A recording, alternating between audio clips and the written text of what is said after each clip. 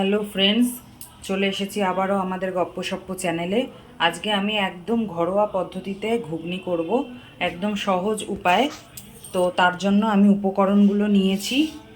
এই যে ছোট ছোট করে আলু কেটে ভালো করে ধুয়ে রেখেছি, পেঁয়াজ কুচি রেখেছি, টমেটো পিউরি রেখেছি, মানে টমেটোটাকে ধুয়ে, একটা টমেটোই ধুয়ে সেটাকে পেস্ট করে রেখেছি। আর এর মধ্যে মিক্সিতে আদা আর রসুনকে ভালো করে পেস্ট করে রেখেছি। আর এর মধ্যে প্রেসার কুকারে আমার 500 মটর নুন দিয়ে সেদ্ধ করতে বসিয়েছি। তো চলো, প্রথমে আগে আমি কড়াইয়ে বসিয়েছি। কড়াইটা ভালো করে গরম হয়ে গেলে আমি আগে সর্ষের তেল দেবো, আলুটাকে আগে ভাজতে থাকবো। কড়াইটা আমার ভালো করে গরম হয়ে গেছে, আমি এখন পরিমাণ মতন সর্ষের তেল দিয়ে দিচ্ছি।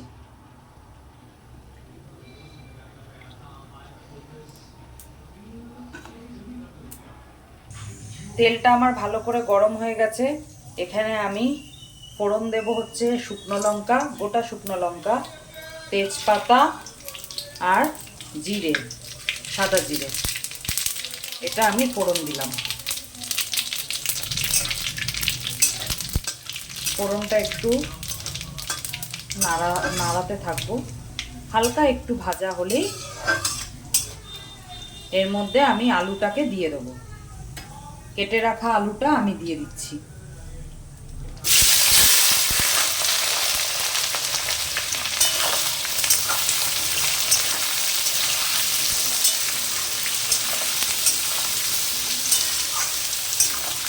ভালো করে আলুটাকে আমি সাঁতলাতে থাকবো তেলে, যতক্ষণ না আলুটা লাল করে ভাজা হচ্ছে। এবারে এই আলুর মধ্যে আমি একটু হলুদ গুঁড়ো দেব,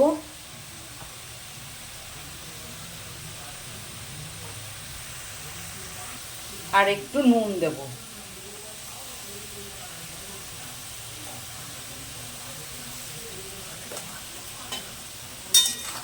এবার ভালো করে আলুটাকে আবার নাড়িয়ে নেব।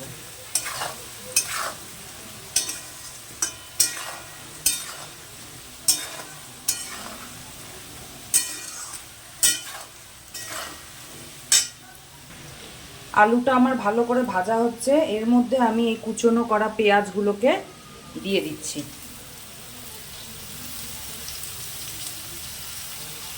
ভালো করে এবার আলুর সাথে পেঁয়াজগুলোকে মিশিয়ে নেব।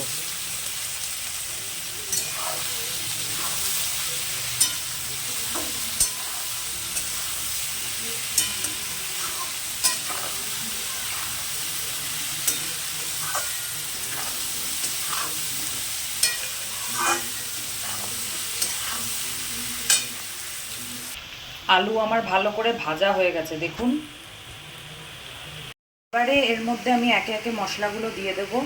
প্রথমে আমি আদা আর রসুনের পেস্টটা দিয়ে দিচ্ছি। এরপর এর মধ্যে আমি টমেটো পেস্টটা দিয়ে দিচ্ছি।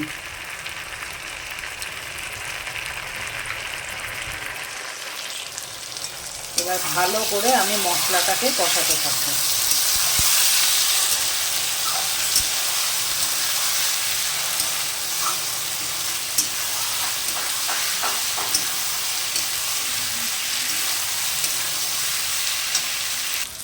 এবারে এর মধ্যে আমি লঙ্কা গুঁড়ো দেব,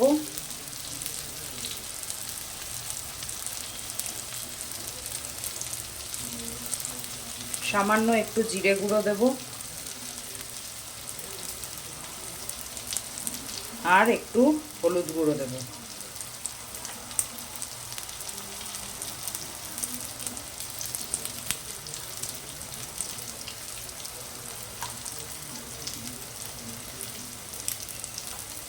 এবার ভালো করে আমি মশলাটাকে আস্তে আস্তে কষাতে থাকবো।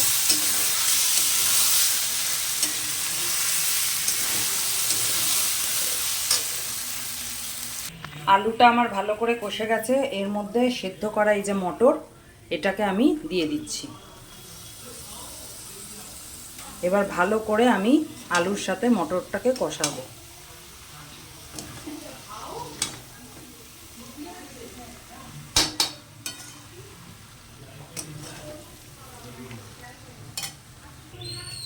আলু দিয়ে মটর দিয়ে আমি ভালো করে কষিয়ে নিয়েছি। এবার আমি মটর সেদ্ধর এই যে জলটা, এটাকে আমি দিয়ে দিচ্ছি।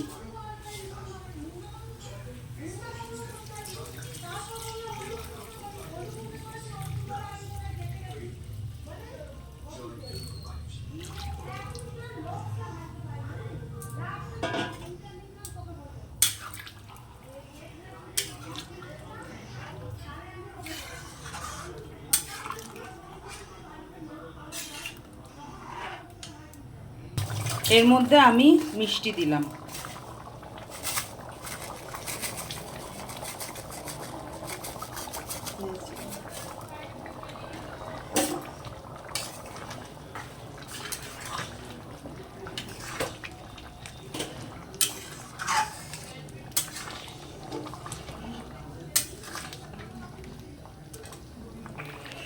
ঘুগনিটা আমার হয়ে গেছে, দেখুন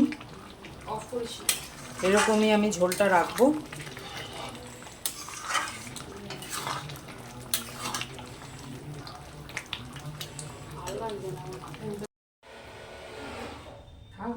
রাত্রিবেলা যদি খাই